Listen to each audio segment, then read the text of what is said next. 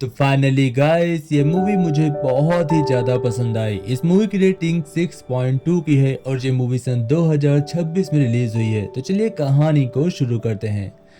Film की शुरुआत में हमें एक एरिक नाम के आदमी को दिखाया जाता है जो ऑनलाइन डेटिंग ऐप से एक लड़की को बुक करता है और एक बहुत ही अच्छे क्लब में जाकर एलिजाबेथ नाम की लड़की का इंतजार कर रहा होता है। एरिक को नहीं पता था कि यह क्लब कैसा है और यहाँ के मेंबर्स कौन है, लेकिन वो बिना कुछ सोचे समझे बस इस क्लब में ज्वाइन हो जाता है और रात में एलिजाबेथ से मिलने के लिए बेकरार था। उसके सामने जॉन और हेलेना बैठी हुई थी। दोनों उससे बातचीत कर रही थी और कहती है बहुत ही जल्द तुम्हारी मुलाकात एलिजाबेथ से होगी। और तभी उससे एलिजाबेथ की एक परछाई दिखाई पड़ती है जो एक फेरी जैसी होती है। एरिक ये देखकर बहुत ही ज्यादा खुश था। वो एलिजाबेथ की खूबसूरती में खो जाता है और कहता है बस मैं तुम्हें एक बार छूना चाहता हूँ। एलिजाबेथ उससे कहती है अगर तुम मुझसे मिलना चाहते हो तो तुम्हें इस क्लब के पीछे वाली गली में मेरा इंतजार करना होगा। मैं वहां पर आऊंगी और तुम मेरे साथ जो चाहो कर सकते हो। ये सुनकर एरिक बहुत ही ज्यादा खुश होता है, लेकिन जब वो क्लब से बाहर निकलता है तो वो बहुत ही ज्यादा नशे में थे। उसका पैर लड़खड़ा रहा था, वो ठीक तरीके से चल नहीं पाता और फाइनली उसकी मुलाकात एलिजाबेथ से हो जाती है। उसके ठीक सामने एलिजाबेथ खड़ी हो जाती है, लेकिन ये एलिजाबेथ कोई आम एलिजाबेथ नहीं लग रही थी। हम देखते हैं कि उसके दो पर निकले हुए थे। एरिक ये देखकर सोचता है कि वो कोई सपना देख रहा है, और लेकिन तभी जैसे ही एलिजाबेथ उसके ठीक सामने आती है वो डर कर घबरा जाता है। वो भागने की कोशिश करता है, लेकिन तभी एलिजाबेथ उसे पकड़ लेती है और उसका खून पीकर उसे जान से मार देती है। फिर हम इसी क्लब के बेसमेंट का सीन देखते हैं जहां पर बहुत सारी डेड बॉडीज पड़ी हुई थी और इन सारी डेड बॉडीज को उन्हीं वैम्पायर्स ने मिलकर खत्म किया था। अब हमारी मुलाकात एक रिटायर्ड आर्मी ऑफिसर कोरा से होती है। कोरा पहले एक बहुत ही अच्छी सोल्जर थी और फिर वो कैप्टन बनी और उसके बाद उसने आर्मी को छोड़कर एक पुराने चर्च के लिए काम करना शुरू कर दिया। ये चर्च कोरा से कुछ ऐसे काम, ऐसी हत्याएं करवाता है जो पूरी तरीके से इनलीगल होती है, लेकिन कोरा को ये करने में मजा आता है क्योंकि उससे ये बोला जाता है कि तुम जो कर रही हो ये देश के काम आएगा। और तभी हम देखते हैं उसे एक नया मिशन मिलता है। उसे एक क्लब के बारे में पता चलता है जहां पर कुछ लड़कियां कुछ लोगों को बुरी तरीके से मार रही होती हैं और इसी केस का पर्दाफाश करने के लिए कोरा को चुना जाता है। अब कोरा को ये पता लगाना था कि आखिर इस चर्च के लोग अचानक से कहां लापता हो जा रहे हैं। इसीलिए कोरा अपने साथ एक छोटा मिनी कैमरा लेकर आती है और उसे अपने डिवाइस से कनेक्ट करके इस क्लब के सीक्रेट डोर के अंदर एंटर कराती है और बाहर खड़ी होकर सब कुछ अपने फोन के अंदर देख रही थी। वह देखती है कि उसके अंदर बहुत ही खतरनाक चीजें हो रही हैं। उसके सामने तीन लड़कियों को उल्टा लटकाकर उन्हें जान से मार दिया जाता है और उनके खून को निकाल लिया जाता है। ये देखकर वो बहुत ही ज्यादा डर जाती है और आकर ये सारी बातें फादर को बताती है। फादर ये सुनकर हैरान हो जाते हैं और कोरा से कहते हैं कि अब तुम इस मामले से पूरी तरीके से दूर रहोगी, लेकिन कोरा साफ मना करती है और कहती है फादर मेरे सामने बेकसूर लोग मारे जाएंगे और मैं हाथ पर हाथ रख कर बैठी रहूं, ऐसा नहीं हो सकता। तो फादर उससे कहते हैं कि तुम छिप कर काम करना और अपना ध्यान रखना, मैं 2-3 दिन में तुम्हारे पास आ जाऊंगा। अब हमें एक बहुत ही अमीर आदमी को दिखाया जाता है जिसका नाम लुक था। लुक अपनी बीवी से बहुत ही ज्यादा परेशान था और इसी सिलसिले में वो बातचीत करने के लिए अपने दो दोस्तों को बुलाता है। इसमें से एक वकील था और माइल को उसका बेस्ट फ्रेंड। ये तीनों मिलकर एक बढ़िया सा रास्ता निकालते हैं। एक वकील उसे एक ऑनलाइन डेटिंग ऐप दिखाता है और कहता है तुम अपनी बीवी से दूर रह सकते हो और उसे पूरी तरीके से भुला सकते हो, बस तुम्हें अपनी जिंदगी में किसी और को आने का मौका देना होगा।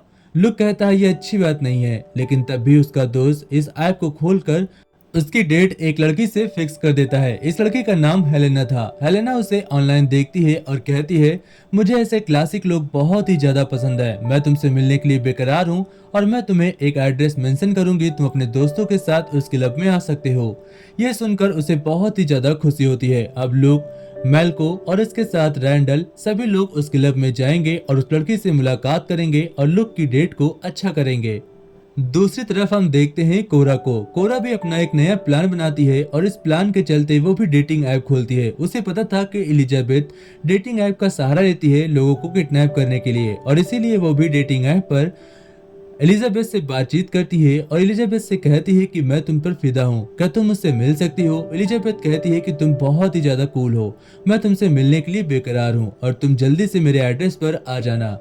कोरा एलिजाबेथ की ताकतों से पूरी तरीके से अनजान थी। उसे नहीं पता था कि एलिजाबेथ कितनी ज्यादा खतरनाक है, इसीलिए वो उसे नॉर्मल तरीके से पकड़ने की सोच रही थी। फिर हम कोरा की फ्रेंड अलेक्सिस को देखते हैं। ये भी चर्च के लिए काम करती है और कोरा की बेस्ट फ्रेंड होती है।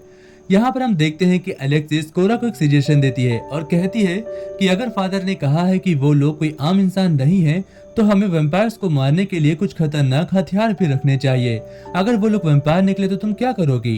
कोरा उसकी बात पर तवज्जो देती है और कहती है ठीक है, तुम हथियार मंगाओ और मैं आज रात की पार्टी में होकर आती हूँ।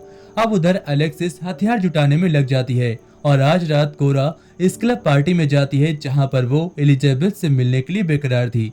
फाइनली हमें इस क्लब की रात को दिखाया जाता है। ये रात वाकई काफी ज्यादा शानदार थी और यहाँ पर बहुत ही अच्छी पार्टी चल रही थी। पार्टी के दौरान हम एलिजाबेथ को देखते हैं जो कोरा को देखकर पहचान जाती है कि ये एक हंटर है, ये कोई आम लड़की नहीं है। इसीलिए वो एलिजाबेथ से अकेले न मिलने के बजाय अपनी फ्रेंड हेलेना को नींद से जगाने का फैसला करती है और वो सीधा हेलेना के पास जाती है। वो अपने क्लब के बने बेसमेंट में जाती है जहाँ पर बहुत सारी डेड बॉडीज पड़ी हुई थी और सीधा हेलेना के पास पहुंचकर उसे उठाती है। हेलेना नींद के अंदर होती है क्योंकि आज उसका क्लब में शिकार करने का मन नहीं था, लेकिन बहुत देर जगाने के बाद फाइनली हेलेना जग जाती है और कहती है कि मुझे बहुत ही जोर से भूख लगी है, मेरे खाने का इंतजाम करो। एलिजाबेथ कहती है कि तुम्हारे खाने का इंतजाम हो चुका है, हमें बस ऊपर चलना है और हमारे लिए शिकार बैठा हुआ है। इसके बाद हेलेना और एलिजाबेथ ऊपर आने के लिए तैयार हो जाते हैं और सीधा क्लब के अंदर एंट्री कर जाते हैं। लेकिन जैसे ही उसे पता चलता है कोरा को कि एलिजाबेथ क्लब से जा चुकी है, एलिजाबेथ अपने क्लब से घर लौट आती है और उसे वहां पर अलेक्सिस मिलती है जो बहुत ही जोर जोर से रो रही थी। वो अलेक्सिस से पूछती है कि क्या हुआ, तो अलेक्सिस कहती है कि मेरे बॉयफ्रेंड ने मुझसे ब्रेकअप कर लिया है, वो बोल रहा था कि तुम मोटी हो गई हो। इस बात पर कोरा बहुत ही जोर जोर से हंसती है। फाइनली फिर से हमें एलिजाबेथ को दिखाया जाता है जो मेकअप करके, हेलेना का मेकअप करके उन 3 आदमियों से मिलने जा रही थी जिन्होंने डेटिंग ऐप पर इन दोनों लड़कियों को बुक किया था, यानी कि लक, रैंडल और मैल को। इनसे मिलने के लिए ये लोग उस क्लब की ओर निकल जाते हैं और फाइनली उन आदमियों से इनकी मुलाकात हो जाती है। लुक पहली ही नजर में हेलेना को देखकर उसे पसंद करता है और कहता है कि मैं तुम्हारे साथ कहीं घूमने जाना चाहता हूँ, क्या तुम मेरे साथ कुछ टाइम अकेले स्पेंड करोगी? हेलेना खुश थी क्योंकि उसका शिकार बहुत ही ज्यादा आसान था, वो बहुत ही भोला था और उसे इन पर कोई शक नहीं हुआ था। इधर एलिजाबेथ को देखते हैं जो उन दोनों यानी कि रैंडल और मैल्को को शिकार बनाने के लिए वो भी बहुत ही ज्यादा बेकरार थी। वो उनसे कहती है कि चलो हम लोग एक ट्रिप पर जाते हैं, कार के अंदर हमें बहुत ही ज्यादा मजा आएगा। इसके बाद वो उन्हें कार के अंदर घूमने के लिए कहती है। ये तीनों दोस्त बहुत ही जल्द तैयार हो जाते हैं क्योंकि इन्होंने आज से पहले इतनी खूबसूरत लड़कियां कभी नहीं देखी थी। लक भी बहुत ही ज्यादा खुश था, वो कहता है कि आज की रात शानदार होगी। फाइनली ये लोग उनके साथ जाने के लिए तैयार हो जाते हैं। फिर हमें कोरा को दिखाया जाता है। कोरा कहती है कि फादर आपको जल्दी आना होगा, आपको ज्यादा लोगों को लाना होगा क्योंकि क्लब के अंदर बहुत ही तेजी से हंटिंग चल रही है। अगर हमें उन्हें नहीं रोका तो बहुत ही जल्द ये पूरा क्लब और इस शहर के सारे लोग वैम्पायर्स में बदल जाएंगे। फादर यह सुनकर बहुत ही ज्यादा शौक थे और कहते हैं ठीक है, मैं कोशिश करूंगा बहुत ही जल्द आने की, बस तुम एक दिन का इंतजार करो। हम फिर से एलिजाबेथ को देखते हैं जो कार में तीनों आदमियों को लेकर लॉन्ग राइड पर जा रही थी। यहाँ पर हम देखते हैं कि हेलेना अचानक से उठती है और कहती है कि मुझे आग लगा दो। ये लोग उस पर बियर डालकर आग लगा देते हैं और तभी वो गाड़ी से कूद जाती है। लक को लगता है कि शायद हेलेना मर चुकी है। वो बहुत ही ज्यादा डर जाता है और हेलेना को उठाने के लिए जाता है। तभी हेलेना को देखता है जो बिल्कुल ठीक थी। अब हेलेना को देखकर सब फिर से खुश हो जाते हैं। इस बार लक गाड़ी के आगे आ जाता है और कहता है गाड़ी को फुल स्पीड में भगाओ। तभी हम देखते हैं कि लक का पैर फिसलता है और वो गाड़ी के आगे आ जाता है और उसके पैर टायर में बुरी तरीके से फंस जाते हैं और वो चाह कर भी नहीं निकल पाता। हम देखते हैं कि उसकी आधी बॉडी पूरी तरीके से फ्रैक्चर हो चुकी थी। ये सीन देखकर 2 पुलिस वाले यहाँ पर अपनी गाड़ी रोकते हैं और तभी यहाँ पर एलिजाबेथ अपनी आंखों से उनके ऊपर जादू करती है और वो दोनों पुलिस वाले अपने आप को ही मार लेते हैं। यहाँ पर हम देखते हैं कि एलिजाबेथ की ताकत कितनी ज्यादा पावरफुल है, यानी कि उससे कोई भी आम इंसान नहीं लड़ सकता। हेलेना एलिजाबेथ से कहती है क्यों ना मैं लक को जिंदा कर दूं और वो पहले के जैसे ठीक हो जाएगा, फिर हम जितनी चाहे उतनी मस्ती कर सकते हैं। एलिजाबेथ कहती है कि हमें इसे यहीं छोड़कर आगे जाना होगा, बस तुम इसे फौरन मार दो। इसके बाद हेलेना उसे जान से मारकर आगे आ जाती है। अब हम देखते हैं कि रैंडल और इसके साथ मैल को दोनों को इस बात का पता नहीं था कि उनका एक साथी मारा जा चुका है। वो दोनों इतना ज्यादा नशे में धुत थे कि उन्हें कुछ भी याद नहीं था। फाइनली यहाँ पर हम देखते हैं कि जैसे ही रैंडल के पास से हेलेना को फोन मिलता है और उसे पता चलता है कि लुक के 2 बच्चे थे, एक बेबी थी जो उससे बहुत ही ज्यादा प्यार करती थी, उसे बहुत ही गुस्सा आता है। इसी गुस्से में वो रैंडल को तुरंत मार देती है और उसे अपने जैसा बना लेती है ताकि वो हमेशा उसके साथ रहे और दर्द में तड़पता रहे। दूसरी तरफ मैल्को को जैसे ये पता चलता है कि ये कोई लड़कियां आम लड़कियां नहीं हैं, वो फौरन इस जगह से भागने की कोशिश करता है। लेकिन जैसे ही वो रोड पर निकलता है, फाइनली उसके सामने हेलेना और एलिजाबेथ खड़ी हुई थी। रैंडल को जमीन खोदकर जिंदा ही दफन कर दिया जाता है और रैंडल के बाद मैल्को को मार दिया जाता है। लेकिन हेलेना अब शायद बदल चुकी थी। वो बोलती है कि मुझे इन सभी चीजों में मजा नहीं आ रही है, मैं कुछ नया करना चाहती हूँ, मैं निकलते हुए सूरज को महसूस करना चाहती हूँ, मैं मरना चाहती हूँ। ये सारी बातें सुनकर एलिजाबेथ कहती है तुम पागल हो चुकी हो। लेकिन जैसे ही सूरज निकलता है, हेलेना ठीक सूरज के सामने जाकर खड़ी हो जाती है और वो आखिरी बार निकलते हुए सूरज को देखती है। इसके बाद हेलेना जलकर मारी जाती है और एलिजाबेथ नाराज होकर वापस लौट जाती है। अब हम अलेक्सिस को देखते हैं। अलेक्सिस को एक नया पार्टनर चाहिए था और उधर रैंडल जमीन फाड़ कर जिंदा हो चुका था। अब वो एक शैतान में बदल चुका था। हम देखते हैं कि वो उठकर बाहर निकलता है और उसके पास भी अभिनी जैसी वैम्पायर शक्तियां आ चुकी थी। वो भी ऑनलाइन डेटिंग पर बैठकर शिकार की तलाश में था और अलेक्सिस रैंडल को देखते ही उसे पसंद कर लेती है और उसे मिलने के लिए एक बहुत ही अच्छे होटल में जाती है। यहाँ पर दोनों साथ में बैठकर डिनर कर रहे थे। डिनर के दौरान हम देखते हैं अचानक से एलिजाबेथ वहां पर एंटर करती है और सभी पर जादू करके सभी को एक दूसरे से लड़वा कर आपस में मरवा देती है। यह सब कुछ देखकर अलेक्सिस समझ जाती है कि रैंडल कोई आम इंसान नहीं है, क्योंकि अगर वो आम इंसान होता तो जादू उसके ऊपर भी हो जाता। तभी अलेक्सिस रैंडल के साथ बाहर आती है और रैंडल उसे टहलते टहलते मुर्दा घाट के अंदर ले जाता है। ये कब्रिस्तान बहुत ही ज्यादा शांत और खतरनाक था। इस कब्रिस्तान में पहुंचने के बाद हम देखते हैं कि रैंडल अपने असली रूप में आ जाता है। वो एक खतरनाक राक्षस पिशाच में बदलकर इस लड़की अलेक्सिस के ऊपर अटैक करता है। लेकिन अलेक्सिस इन जैसों से लड़ने के लिए तैयार थी, क्योंकि वो फादर से हमेशा इसी सिलसिले में बात किया करती थी। उसके पास कुछ ऐसे हथियार थे जिनकी मदद से वो रैंडल को मार देती है। उसके पास लकड़ी के हथियार थे और वो उनकी मदद से रैंडल को मार देती है। और तभी यहाँ पर एलिजाबेथ चीखती हुई आती है और वो गुस्से से पागल हो चुकी थी। अब वो अलेक्सिस के ऊपर सीधा अटैक न कर अपनी शक्तियों का उपयोग करती है और शक्तियों की मदद से हम देखते हैं वो उसे उठाकर पीछे से फेंकती है और तभी मूर्ति के 2 हाथ अलेक्सिस को जकड़ लेते हैं और वो अब अपने आप को छुड़ा नहीं पा रही थी।